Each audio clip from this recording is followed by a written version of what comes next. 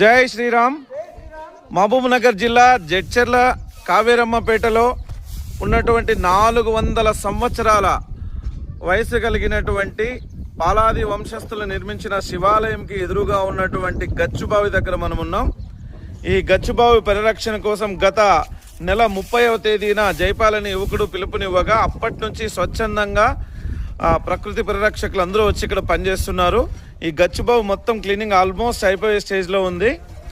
ఈరోజు doctor BRR government degree college NCC cadets అందరూ కూడా ఇక్కడ వచ్చి శ్రమదానాన్ని నిర్వహిస్తున్నారు. అత్యంత అద్భుతంగా ఎన్సిసి క్యాడెట్స్తో పాటు కౌరంపేటకు సంబంధించినటువంటి యువకులు ఉత్సాహవంతులు కూడా అందరూ వచ్చి ఇక్కడ వర్క్ చేస్తూ ఉన్నారు. సో మనం చూడొచ్చు ఈ అద్భుతమైనటువంటి వర్క్లో మన విద్యార్థులందరూ కూడా ఇక్కడ పాల్పంచుకుంటున్నారు. దీని యొక్క ముఖ్య ఉద్దేశము భారతదేశ వారసత్వ సంపదని కాపాడుకోవాలనే ఉద్దేశంతో ఈ గచ్చుబావిని పరిరక్షణ కమిటీగా ఏర్పాటు చేసి అందరూ దీన్ని రక్షించే కార్యక్రమంలో ఉన్నారు. ఇక్కడ మనం చూస్తున్నాం గ్రామానికి సంబంధించినటువంటి యువకులు పెద్దలందరూ ఉన్నారు. సో ఈ పాలవాది వంశానికి సంబంధించినటువంటి రామన్న గారు కూడా ఇక్కడ పనిలో ఇన్వాల్వ్ అయి ఉన్నారు.